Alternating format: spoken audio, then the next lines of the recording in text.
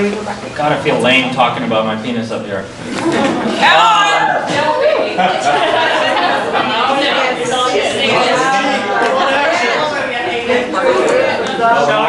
We're not going to pull it out or anything like that.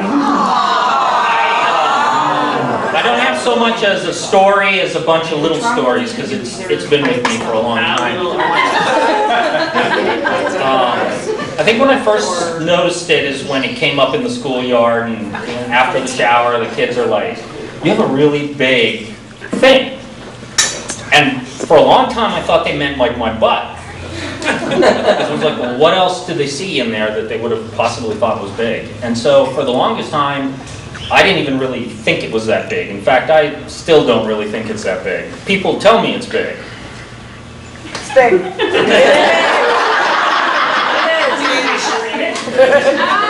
You haven't seen it, have you? She's heard.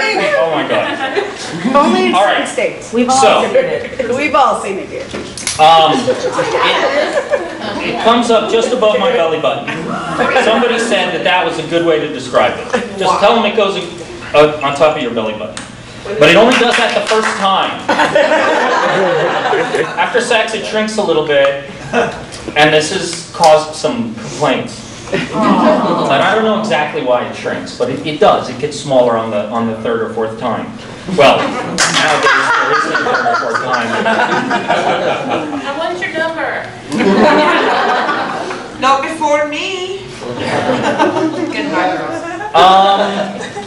So the first story is first time I was getting ready to have sex. I didn't really know much about what was going to happen or what I should do or anything. And we were fooling around. We've been fooling around for a couple of months, and I thought, oh, you know, now might be the right time to do this. And because her mom's upstairs asleep. And so when I just slowly took off my pants, and she didn't say anything. And then when she looked down there, she was like,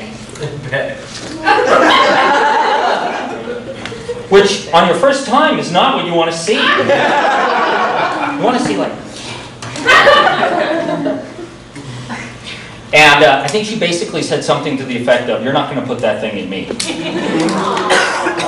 So for all of you who wish you had larger penises, I hear that quite a bit. I'm Greek, so of course I have an interest in anal sex. And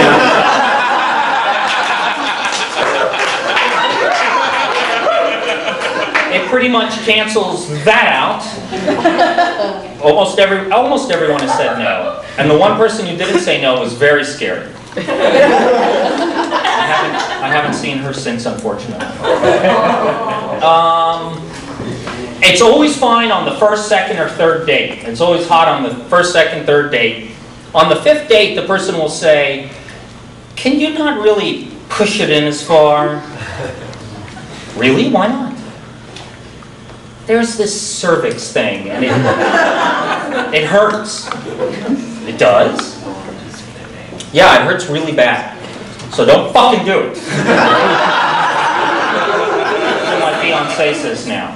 She suggested that I invent some type of bumper system.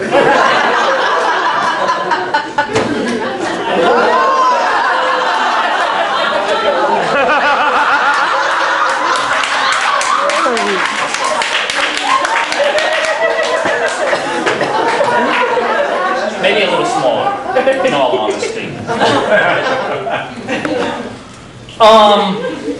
For a long time, a lot of people suggested I become a porn star. So I actually went to see a doctor about getting it bigger. What? And yeah, he said there was an operation they can do. There's some kind of tendon that they cut, and it just hangs a little lower. Yeah, then I threw up at the doctor's office. I got a bill from the insurance company for that. Apparently it's not a standard treatment. A couple times I've looked into getting it smaller, but there's absolutely zero demand for that. I haven't found a doctor or clinic anywhere who's ever had that request before. Plus, we need to live vicariously through you, so I guess so.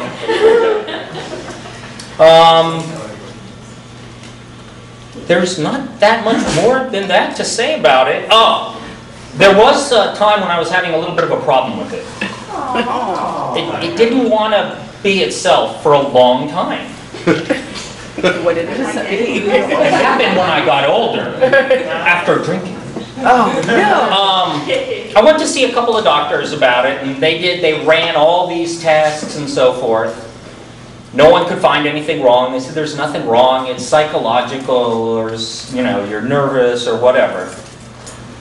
I do have one friend who is an escort, and I asked her, I go, what's the deal with this? And she goes, oh, that's totally normal.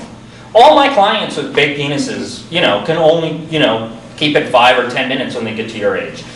Because all of the blood is drained out of your head. Your head needs that blood back. So, while you can go to medical school for X amount of years and run all these tests, which include pushing a little tube down there, and not just tell me that, I don't know. If you have any problems and you have a friend who's an escort, you should definitely ask her. Or him, I guess. I have had a few males who have been enamored with it. I have no idea how aggressive they are. I don't know. Women are. Oof. Don't go to Folsom Street Fair without your pants on. Make a lot of friends and they'll follow you into the alley. Don't worry about it.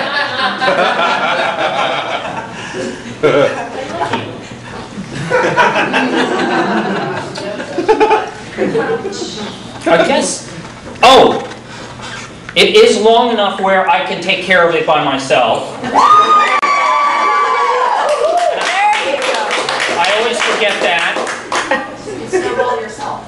I can't. And I'm not sure if that makes me gay or bi or just a guy.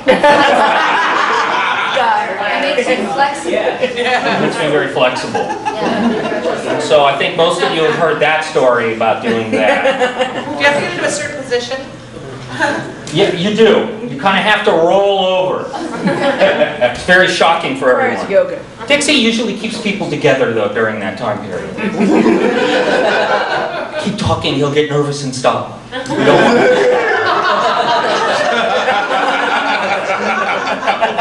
Don't do that as more, now that I'm turned 40, lower back issues. It's kind of hard to explain to your chiropractor why your back is killing you. And all he says is, well, whatever you did that you can't tell me, just don't do that. If I told you what it was, you wouldn't have given me that advice. Especially when you're single for a long time. So that's pretty much all there is to having a big penis. It gets in the way. It does get caught in zippers. So you have to be cognizant of that. It does. You have to hold it out of the toilet when you're sitting down because it will droop down into the water.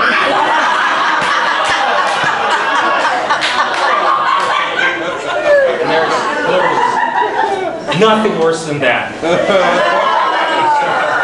You're always one-handed when you're in the bathroom.